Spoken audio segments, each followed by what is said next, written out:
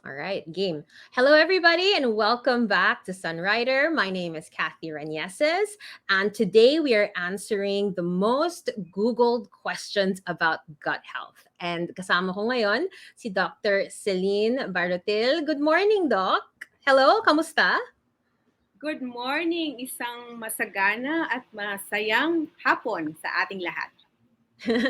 So, Doc, it's lovely to meet you. Could you please tell us lang a little bit about yourself before we get into the meat of the discussion? Ayan, sige. Na-invite po ako dito kasi I have my clinic in Silang, Cavite. So lahat ng mga taga Cavite dyan, dito po ako malapit sa bayan ng Silang, near Tagaytay, those who want to visit Tagaytay. So we have an integrative clinic. It's called Wholeness Family Medical Center. And I've been holding that for the past 10 years. Nasa integrative medical practice po ako. And so we're doing detoxification, we're doing nutritional medicine, we're helping people understand their bodies and then how they can reverse their diseases. Yan Mm. ang hinahanap ng mga tao ngayon. Totoo, parang lahat tayo, no, we became a lot more conscious about Hmm. our health and where we are on the health continuum, kung papunta ba tayo sa pagpapalakas o papunta ba tayo sa na pagkakaroon ng sakit. And I think being in lockdown, no, for more than 2 years na talaga naging conscious na talaga tayo tungkol sa katawan natin and what we can do about it. And I think one of the most interesting aha moments natin, no, during the lockdown was itong the food that we're eating. Kasi we're so used na kain lang tayo ng kain, kung anong iharap sa atin, yun yung kakainin natin. Pero because nga of everything that's happening, mas nagiging health conscious na tayo, napapaisip na tayo ngayon, ano ba talaga tong mga pagkain na ini-ingest natin and how does it contribute to our health or our sickness. So, Doc, could you explain a little bit about why food is so important and why choosing the right food is important? Okay, very good question. No? Magbibigay lang ako ng konting thank you dyan, Kath. Kasi when you said health continuum, a lot of people, even among doctors, no, mga medical practitioners, don't understand yung continuum you can bring to health or well-being or to disease and death. Hindi yan naiintindihan ng maraming tao. And when you said that, wow, I love this talk. And so thank you, Sunrider, because healing starts with the mind, in the mind. When people understand, when people get to have a grasp of understanding how is this body created, designed by my maker, no? Importante po yon. Once you understand how it is being made, then you go along with it, no? You follow how it is being taken care of. And so you go to the optimum. Kasama dyan yung food. Hmm. Kasama yun yung food. And I just want to say, I just want to borrow a saying, no, from a king, King Solomon. Sabi niya, yung very famous about that saying is, death and life are in the power of the tongue. Those who love it will eat its fruit. So, iba yung intindi namin yan before eh. Parang, ha? Pag-declare mo ng salita, it's either it brings life or it brings death. Pag sinabi mong death, ay yun ang mangyayari. Kung sinabi mo life, that's what will happen. It creates something out of your voice. Pero ito, naintindihan ko, the previous verse before that, I want to read. Is it okay, Kathy? Yes, Ha? go ahead. Sabi dito, no? Kasi I've been thinking about this. What Hmm. is the idea of the one who created us regarding food? And how can we maintain and live up to the fullness of life? Hindi naman yan automatic eh. It has to be something that we understand. And so we go along with that design. Okay? So eto po ang sabi. A person's belly. Before that, na yung sabing the tongue has the power over life and death, what I mentioned earlier. A person's belly, meaning the stomach, will be filled with the fruit of its mouth. So from the mouth, going to the stomach. So kung anong pinasok mo sa bibig mo, yun ang papasok doon sa tiyan. Alright? And with what his lips produce, he will be filled. And then again, the tongue has power. It has power over life and death. Those who indulge it must eat its fruit. It's about sowing and reaping. So sinasabi ko lagi sa mga pasyente ko, Miss Kath, you are what you eat. You are what you eat. If you eat living foods, no, full of life, ano ba yung mga pagkain na punong-puno ng buhay? That's what will happen to our body. On the other hand, what you don't eat, no? What you don't eat, baka mamaya purong kinakain mo lang ay mga dekahon, delata, processed, a lot of toxicities and chemicals. Those things will be incorporated in this body, and that's what will be the fruit. Kaya sa mga pasyente, sasabihin ko po na be mindful. Be mindful what you put inside the mouth. What enters into the stomach. Kasi yan yung gagawin ng ating digestive system as raw materials. No? Raw materials, this where we will get our energy, where we'll get our repair, where we'll get our protection, etc., etc., etc. So it will affect everything from your head to your down to your toes. Mental health mo, respiratory, cardiovascular, liver health, endocrine, yung mga mahirap mabuntis or nagdidysmenorrhea, pati yung muscles mo, pati bones mo, everything, pati tulog mo, pati energy mo. So, what I'm saying is, Kat, we have to see this body as a whole. Kaya nga po yung aming clinic is wholeness. Integrating everything that we do. And very primarily important aspect is what we put or what we don't put in the mouth. For example, if you have not been drinking, guilty, ang dami, hindi umiinom ng tubig. What will happen? If you understand 70% ng ating katawan, more or less, no, especially the brain, the bones, etc., is water, can you understand the consequence if you're so dry? You'll have a lot of pains, a lot of sluggishness. So all of these are affected. So pasensya ka na, Miss Kat. Masyado akong passionate when we talk about these things. No, health talaga is holistic. Talagang 100, Yes. I am with you there. 100% health is holistic. It is physical, it is mental, it is spiritual. And Correct. for a lot of us, yung una kasi nating pinapansin, of course, is the physical. Kasi yun yung una nating nakikita. Right? And when we start mending our physical selves, we go into our spiritual journey, mas aware na tayo sa mental health natin. So Yes. I really agree with you 100%. Lahat yan dikit-dikit. Like you Oo. cannot heal one without healing the other and vice versa. True. Pero Very Doc, true. Yeah. pero Doc, paano yan? Masarap kumain. Ay, oo Alam mo nga yun, masarap mag-McDo, masarap Oo. mag-Jollibee. Yung tayo pa naman mga Pinoy, 'di ba? Ito yung lambing natin, kumain ka na ba? 'Di ba? Imbes na hello, welcome, pagkain ang lambing natin. Ito talaga yung number one love language natin mga Pilipino. True. Food is incorporated na talaga into the culture. And marami tayong napulot ng mga bad habits growing up pagdating sa food, more out of love, pero ngayon we're kind of seeing the side effects, no, of what is happening because of too much fast food, too much sweets, etc. So Doc, medyo na-discover ko rin to na matagal-tagal. Pero tinuro din sa akin na whenever we ingest food, food as information, this is being digested pala by our stomach through what we call our microbiome. So Doc, can you just explain ano ba tong microbiome na to, and why is it so important that we keep this healthy? Okay, sige. Alam mo, yung microbiome na yan, yung gut microflora. Okay. Akala natin tayo tao, ano?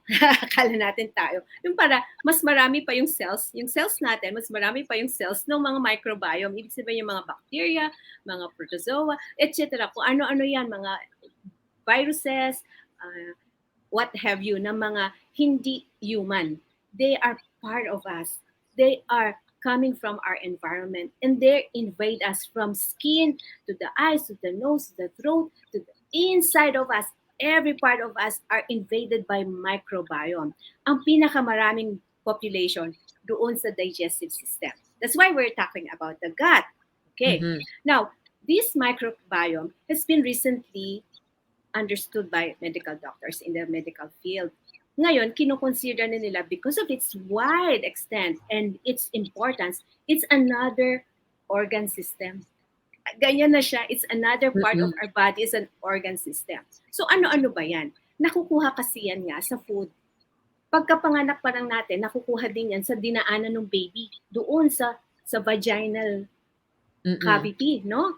So all the baby from the beginning hanggang as we are now eating or moving in our environment, we get to have this either a healthy balance or an unhealthy balance. It's a combination of the good and the bad microorganisms. So sabi ko nga yan, bacteria, viruses, parasites, worms, etc., etc. So there are non-human, but they are alive.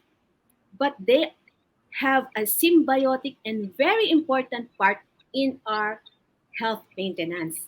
This Mm. is very crucial. So, pag naintindihan mo yan, kasi nga sabi ko sa inyo, 70% andito sa gut yan eh. Andito yan. Sila yung they regulate, they somehow balance the flow of the metabolism, the release of the nutrients, and also the excretion of toxins from the body.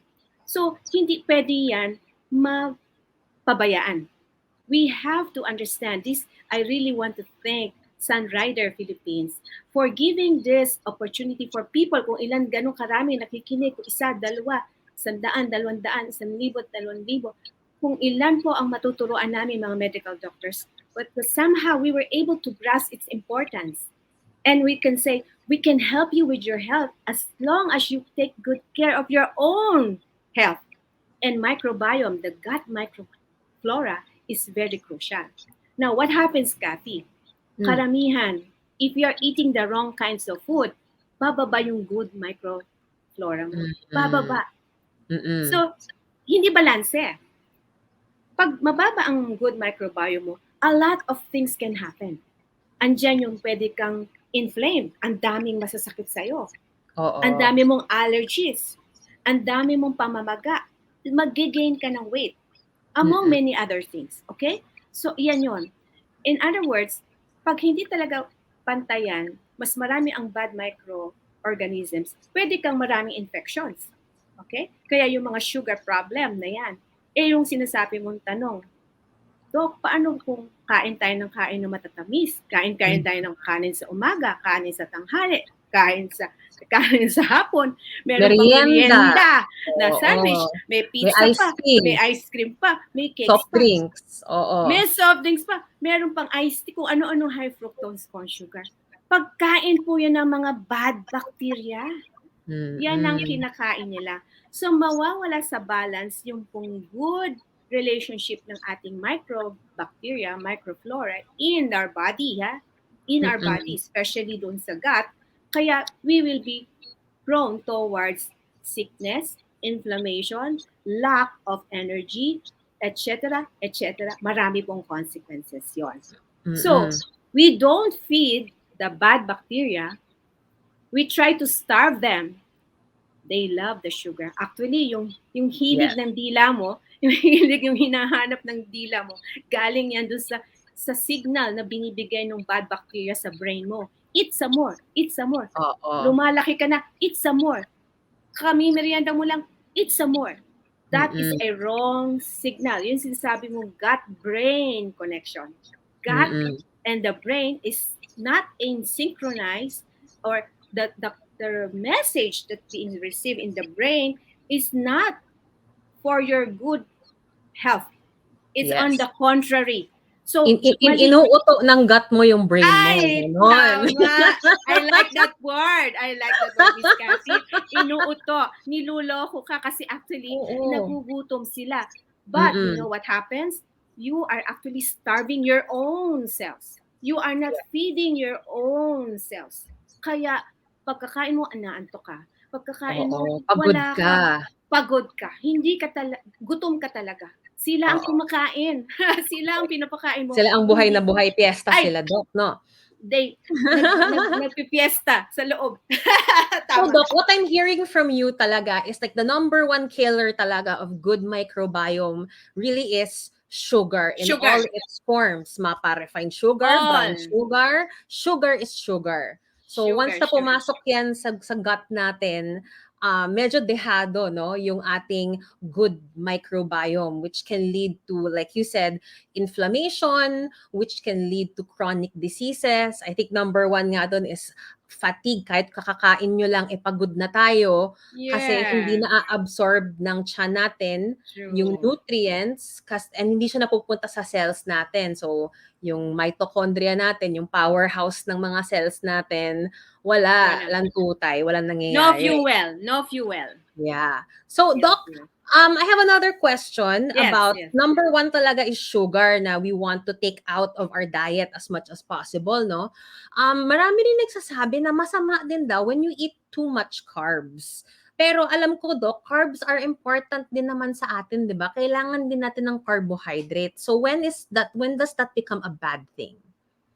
All right. We need to retrain our understanding about this. Okay, Kathy? Okay. Mhm. All foods. Ano-anong foods? Ulam.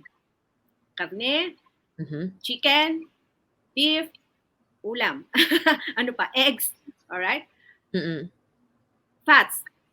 Ano ba yan? Galing sa isda, itlog, Mm-mm. mga oils. Avocado, mga ganun. Avocado, Oo. fruits. Okay.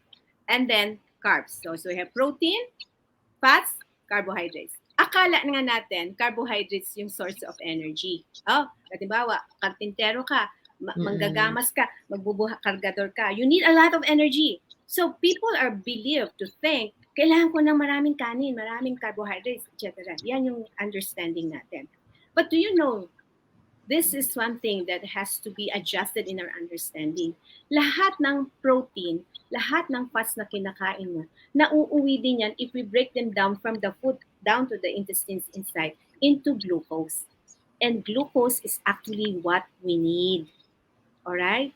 There's such a thing as what we call essential proteins, essential amino acids coming from protein, essential fats coming from our fatty foods.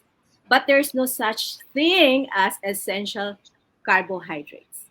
No such thing. Sorry, there's no such thing. Why? Because inside of our cells, how God designed this to work is you only need sugar and you can get it from plants and you can get it from your fats and proteins.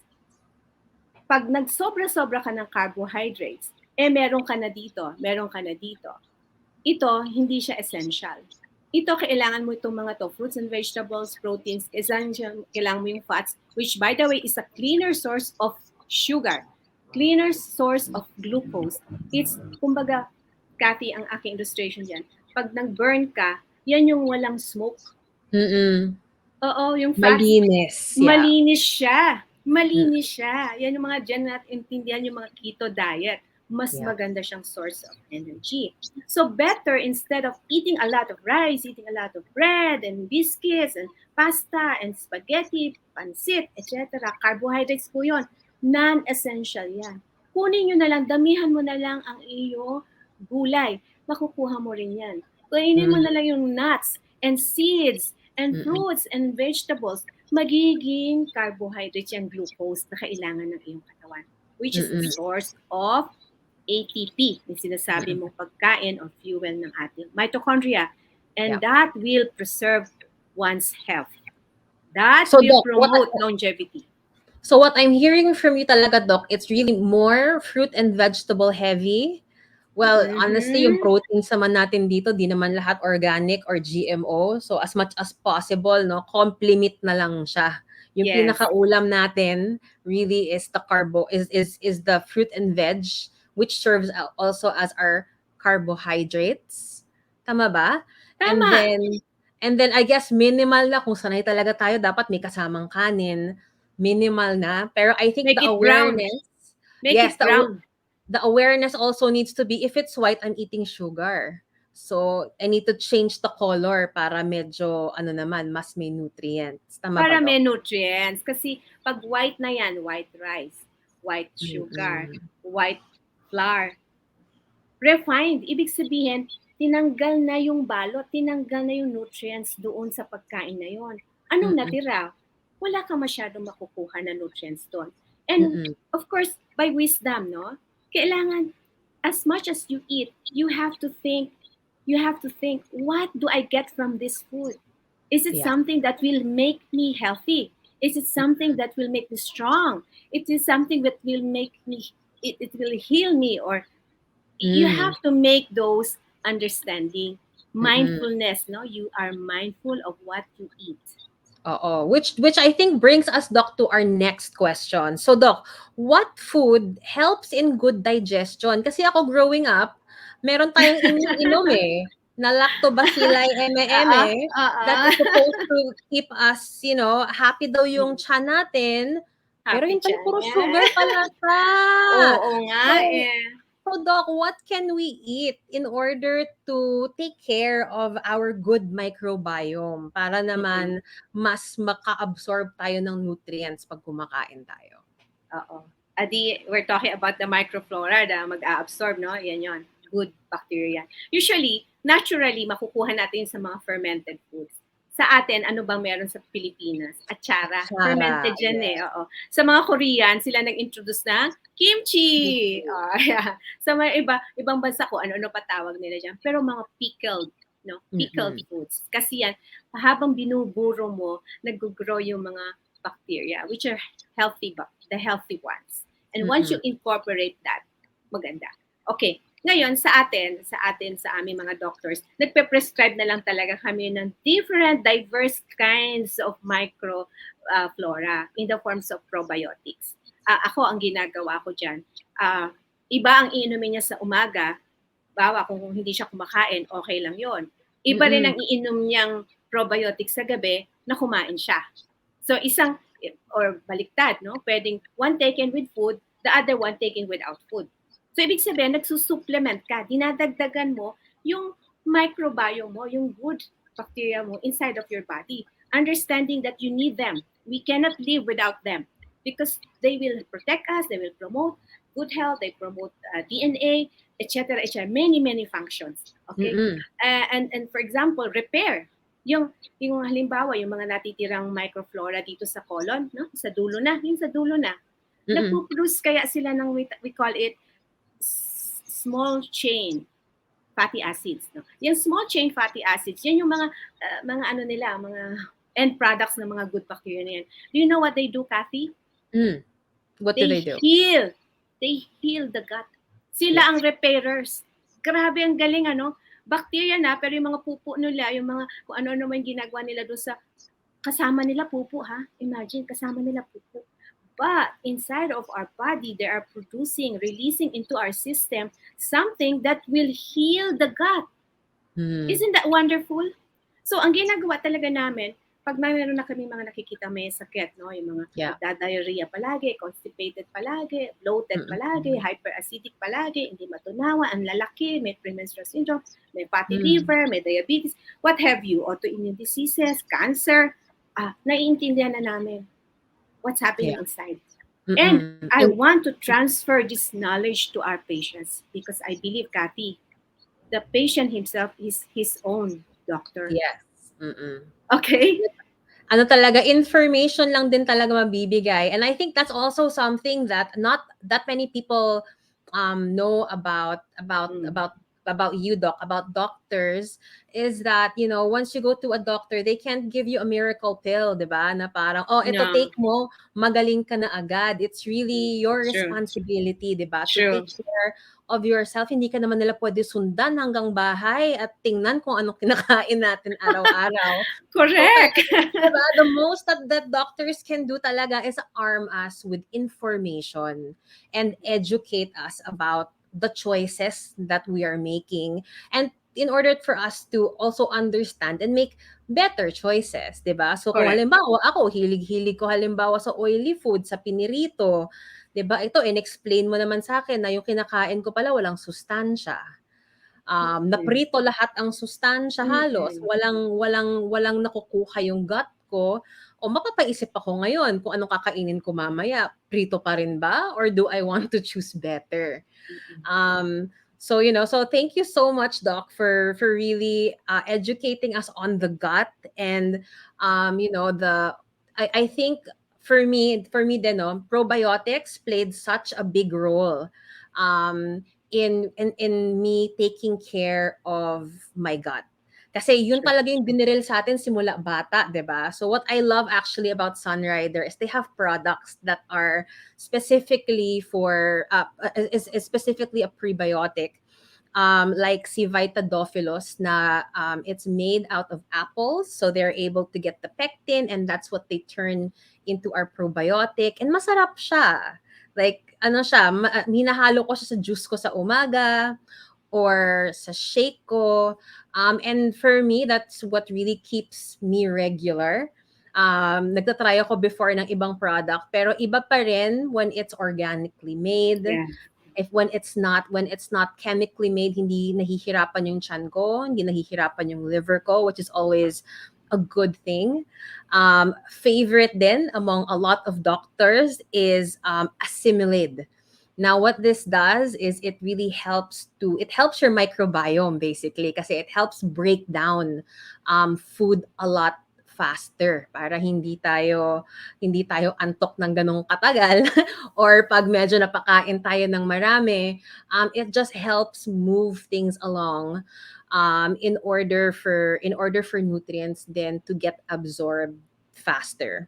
And for those who maybe are struggling with carbs, tulad ko, guilty ako. Hili ko sa tinapay, Dok.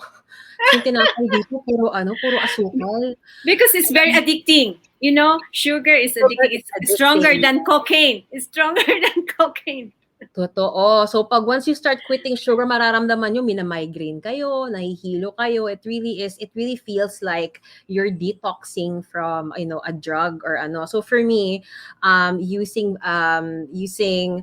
VitaTaste, it really helps because I know na I can eat in moderation. And I have this to help back me up. So as I slowly, parang unti-unti ko siyang tinatanggal, at least, I have this organic carb blocker na hindi rin nahihirapan yung katawan ko when it comes to processing it. So I love that, matched with a healthy lifestyle and making healthy, better choices, Sunrider really provides us with really great supplementation for our gut to really help detox, help keep it healthy, and just to keep nourishing that good microbiome some more. So, yun. I hope that everybody learned a little something today. Thank you so much, Dr. Celine, for chatting with us about these most Googled questions about the gut. And if any of you are interested with the Sunrider products na na-mention ko, please, you can contact Sunrider Philippines or just comment below and one of our representatives will get in touch with you. So that's it for us for today. I hope that you guys enjoyed and we will see you soon. Bye, guys.